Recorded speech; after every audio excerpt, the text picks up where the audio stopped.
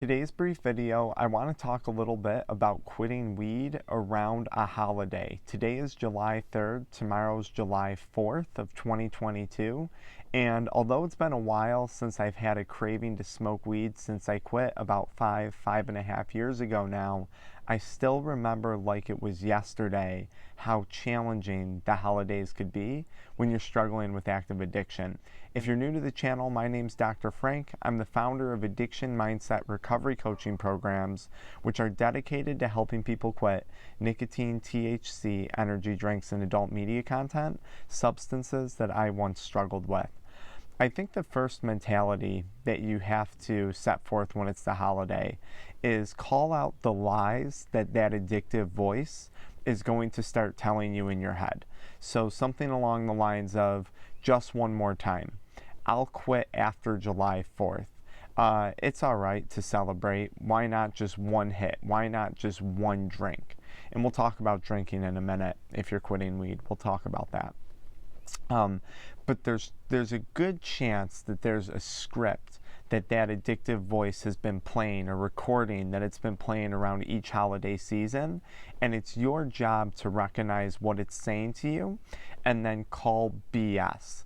I loved someone in our community commented once they recognize what their addictive voice is saying, they just out loud will verbalize the words cancel, cancel, cancel, as in they're canceling the thoughts that addictive voice is trying to place inside their head, which I really liked that technique, so shout out to whoever said that. Step 2, when it comes to quitting weed on the holiday, especially a holiday like 4th of July, where we're celebrating Independence Day, you have to ask yourself this.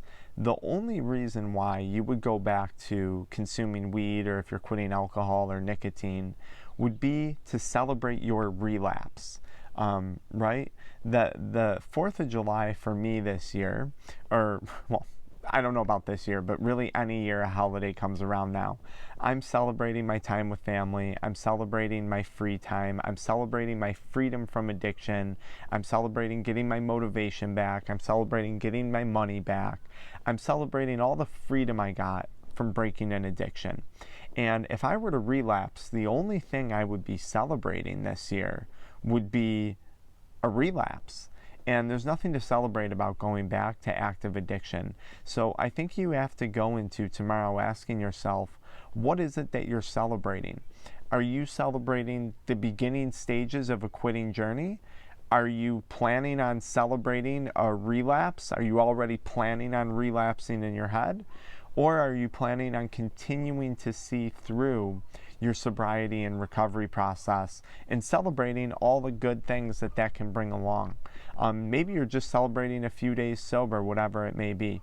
Now, I know when you go to these functions, there's a good chance there's probably going to be alcohol. There's a chance there might be weed for some of you guys who are hanging out with family and friends who smoke. That's not the case for me this year, but I get it. Sometimes that happens. You want to plan ahead. So if you're worried about smoking weed every time you drink alcohol, it's probably best to avoid alcohol this year. Even if you don't particularly have a problem with alcohol, after having, 4 or 5 drinks, you might wind up texting your plug at the end of the day. You might wind up seeking out smoking weed. You might have, 4, 5, 10 drinks today, wake up tomorrow feeling like complete garbage after having a horrible night's sleep because of the alcohol. And this might be early on in your sobriety process. And then tomorrow, due to that hangover and that lack of good sleep, your willpower is going to be decreased, and you might wind up relapsing a day, 2, 3 days after drinking alcohol. I know for me, I get a lot of anxiety the day after, 2 days after drinking alcohol, and that anxiety could be something that could lead to a relapse. Now, it's all different from person to person. I'm just trying to get you guys to plan ahead and think ahead.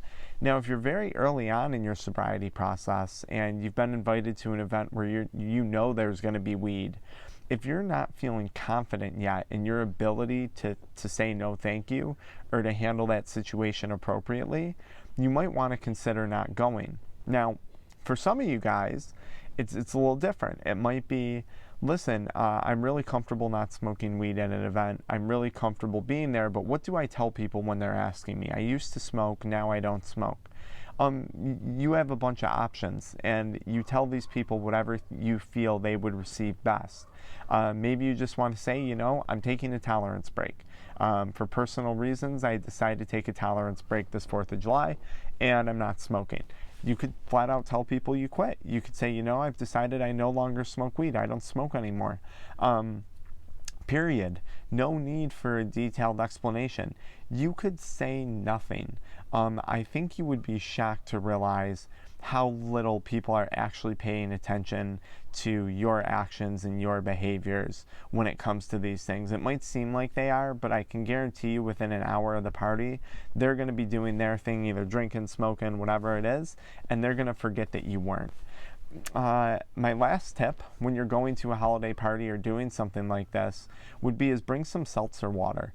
I'm a big fan, if I'm not drinking alcohol, just plain unflavored seltzer water. It's something to hold. Some people can think you're making a mixed drink, right? You can mix it in, throw a lime on top, throw a lemon on top, and now here you are. You look like you're partaking in all the activities, and you don't have to explain yourself for any reason. If you're already planning on relapsing, now you're aware of it after watching this video. And if that's the case, I would recommend checking out the pinned comment below and jumping into our Addiction Mindset accountability community, or downloading the free 7-step guide to quit smoking weed ASAP, because it's going to help reframe your mindset going into the 4th of July, which I posted this video July 3rd, so that's tomorrow. Don't sleep on this stuff, okay? All right, guys, remember, one is never enough, and never enough is too many. Something like that. I'll see you guys later.